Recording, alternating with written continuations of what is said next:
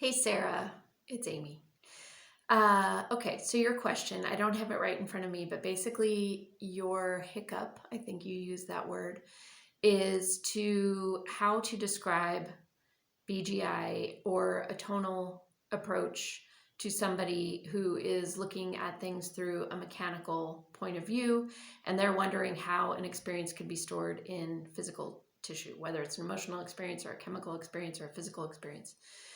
Um, it's your question is a really good one, and here's where I'm going to do to you what was done to me that I didn't like. You got to get out there and you got to get your hands on people, and you've got to feel, what you're capable of feeling. Get comfortable with that so that as you start to feel that on a more frequent basis, you are so sure of what you're feeling that it's not a conversation point. You can have a conversation about it, but you don't need to convince somebody about it because you get it, you felt it, you understand it, you know it from what you have felt under your hands on the people that you've worked on.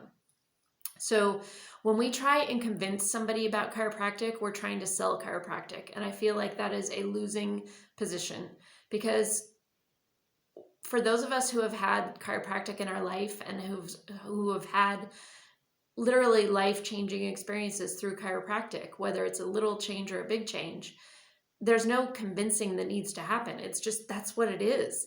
And when I first graduated from school a million years ago, it was a conversation as to like, oh yeah, I know somebody who went to a chiropractor once. Whereas now it's like, oh yeah, my best friend's uncle is a chiropractor or my cousin is a chiropractor. I love my chiropractor. The usage of chiropractic has changed so dramatically in our culture that that works to our favor because people have a personal reference of chiropractic. So too will people have a personal reference of what it means to feel those stored experiences be released through your hands. So again, at that point, it's not that you're convincing somebody or trying to prove to somebody what's happening, but you're just showing them through your hands. So that is my comment to you. And then the other part of that is we can get into mechanical physics, a reductive approach to science, or we can get into a conversation about, do you believe that the body is more than the sum of its parts? And if you do, great, then we have a place to start from. If, on the other hand, you just believe that you are a skeleton with some tissues that are all connected together through fascia, and what happens in one area of the body is completely separate from what happens to every other part, then there's a lot of splaining that needs to go on, and it's long and it's sort of exhausting. So the great thing is that when you're in chiropractic college, you kind of forget how people in the real world think.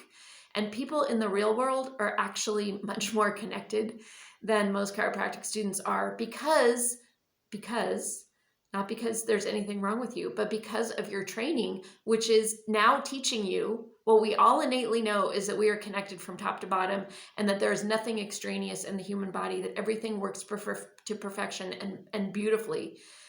When you are in chiropractic college, you are taught then to go through and separate those things out. So we study the skeletal anatomy, we study the muscular anatomy, we study the fascia, we study the organs, and we study the organs separately. We study the GI physiopathology as though that is somehow separate from endocrinology.